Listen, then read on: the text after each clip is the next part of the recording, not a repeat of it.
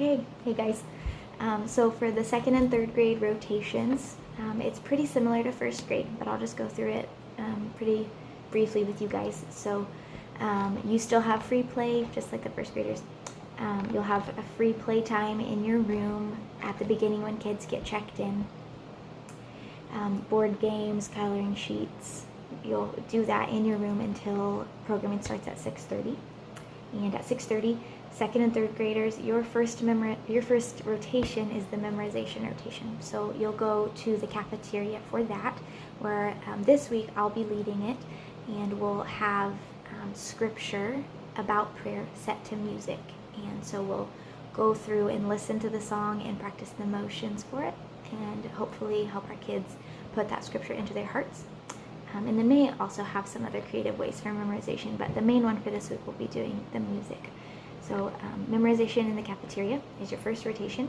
Then you will go from there to the gym for game time, second and third graders. And because you guys are two separate grades, for all of these things, we just need to be really careful to keep kids separate from one another. We don't want the second graders mixing up and getting too close to the third graders.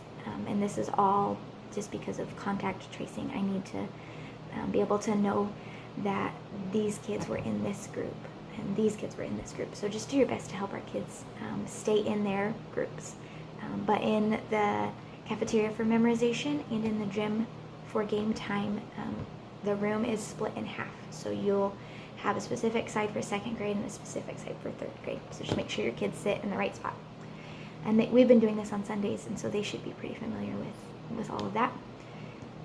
And then the third rotation is the small group rotation. So in this rotation, you'll go back to your homeroom and lead this rotation. So you're primarily focusing on just checking on the kids to see how they're doing, checking up on their week, and then going through the 5-finger prayer model that we have. So we have telling God that He's amazing, all the great things that He has done and who He is, thanking God for things, saying you're sorry and confessing, asking God for help, and asking God to help others.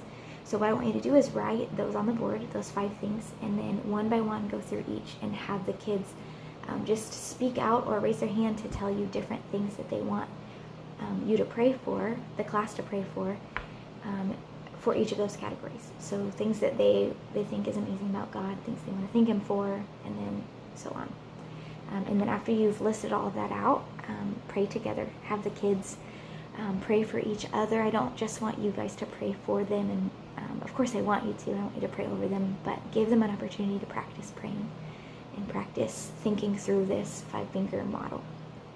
And for the last rotation for second and third grade, you'll be in the cafeteria. So for lesson and activities there, I'll be teaching it this week, but you'll do the lesson and the activity in there.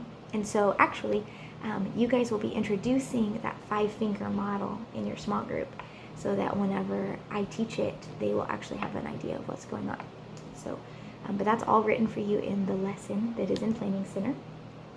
And those are your 4 rotations. But after you're done with lesson in the cafeteria, you'll come back to your classroom to do more free play while kids get picked up. So that's your schedule.